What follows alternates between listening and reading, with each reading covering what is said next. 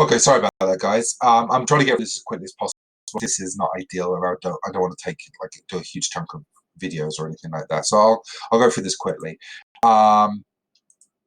We talk about body language, so non-verbal communication is a big part, and there was some cool stuff we would have done about power poses and things like that in this unit. But we just kind of introduced the idea of how body language is a form of communication.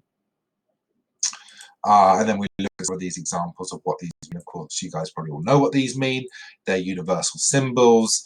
You can look at this picture and tell, even though we don't hear them speak, we probably know exactly what's going on in their mind by looking at that picture.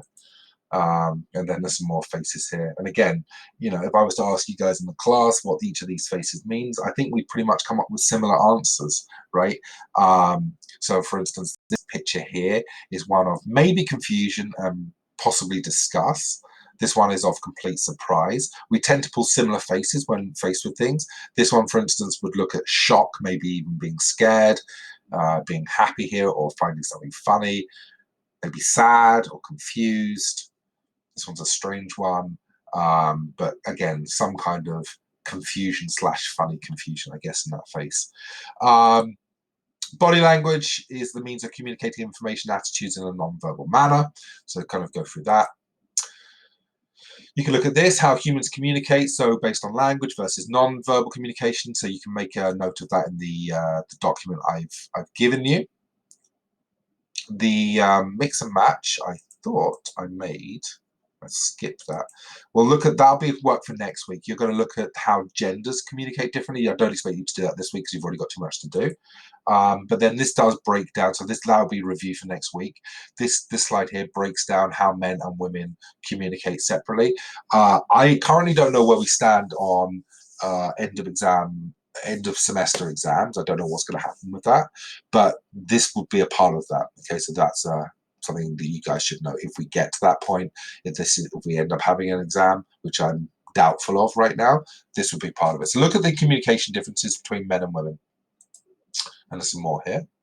It's funny as well, but it's obviously better to explain in the classroom rather than like this. And there's a little bit more here. So for instance, men enjoy chirping. So if you're a boy in the class, you'll know you tend to chirp your friends, chirp the teacher maybe even, whereas women see self-depreciating humor, so their humor often laughs at themselves and take men's humor often as insults. It's very generic, but when we discuss this in the class, you'd be surprised how often people fit into these categories based on their genders. And then finally a couple more things.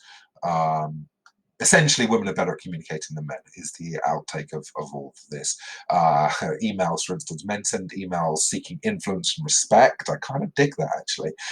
Women do it to support and building relationships. So for supporting relationships and building relationships. Very interesting. And, it's I know it's hard doing it like this, but it is worth a read. So then it looks at kind of how language defines a society.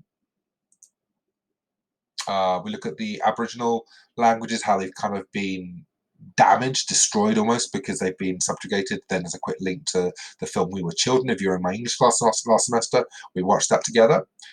There's a world map of language hotspots here, of languages that are in danger.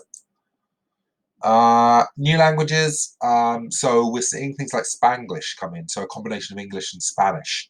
So that's something that's pretty cool. And Ebonics, African Americans have changed English, and it's a language that a lot of us are influenced by, and some people have applied in their own language, to the point where some people are hiring translators for wiretaps because they can't understand the Ebonic language.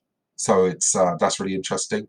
And finally, the task is to create a dictionary of textual abbreviations and emoticons, so shortening words. So you guys text all the time shortening words. So create a list of words shortening words down into either emoticons or abbreviations. LOL instead of laugh out loud, for instance. BRB for be right back. I don't know if you guys still use that. We did when I was a teenager in the chat rooms of the day. Okay, that's that. Sorry guys for the 2 videos, but that takes you through that PowerPoint. Okay, so not for marks, don't have to submit the notes, but hopefully these videos you'll have watched, you read through the PowerPoint and this will help. Bye-bye.